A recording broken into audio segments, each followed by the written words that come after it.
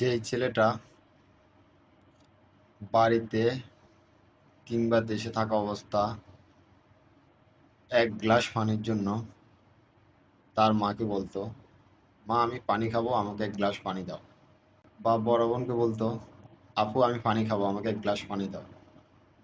কিংবা তার ছোট বোনকে বলতো, রিমা আমাকে এক গ্লাস পানি দে, আমি পানি খাবো।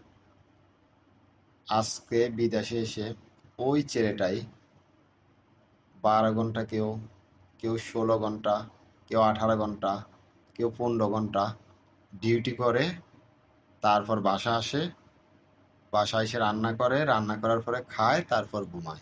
এটাই হচ্ছে প্রবাস জীবন। আর দেশের মানুষ অনেকে মনে করে যে যারা প্রবাসে আছে তারা অনেক সুখী আছে। আসলে সত্যিকারে ওরা সুখে নাই।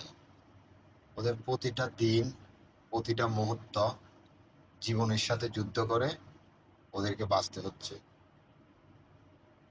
হয়তো ওরা বলে যে আমরা ভালো আছি, আলহামদুলিল্লাহ, কিন্তু সত্যিকার অর্থে ওরা ভালো নেই।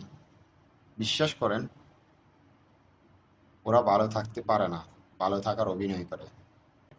বন্ধুরা, যদি আমার কথাগুলো আপনাদের কাছে ভালো লাগে তো অবশ্যই আমার চ্যানেলটা সাবস্ক্রাইব করুন।